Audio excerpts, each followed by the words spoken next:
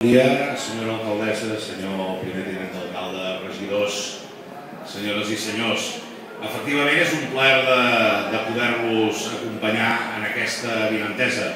Tàrrega és una ciutat capdavantera en el món firal. Fa pocs dies vam coincidir amb la senyora alcaldessa en el congrés de fires d'entitats organitzadores finals que es va fer a Lleida i vam convenir que els acompanyaria en aquesta avinentesa.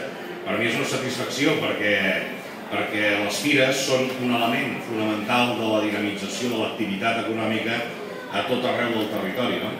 Just l'any que ve a Catalunya es realitzaran 418 fires de moltes característiques, de moltes dimensions, multisectorials, especialitzades, etc. I per tant, en aquest sentit, les fires han de ser un incentivador, han de ser un motor, han de ser un revulsiu en aquests moments i han de servir també per activar l'activitat del comerç a tot el territori. També fa pocs dies, concretament el dia 18 de novembre, érem aquí a la Direcció General de Comerç, a l'Ajuntament de Tàrrega, per expressar el suport a l'activitat de dinamització de l'Associació de Comerciants del municipi.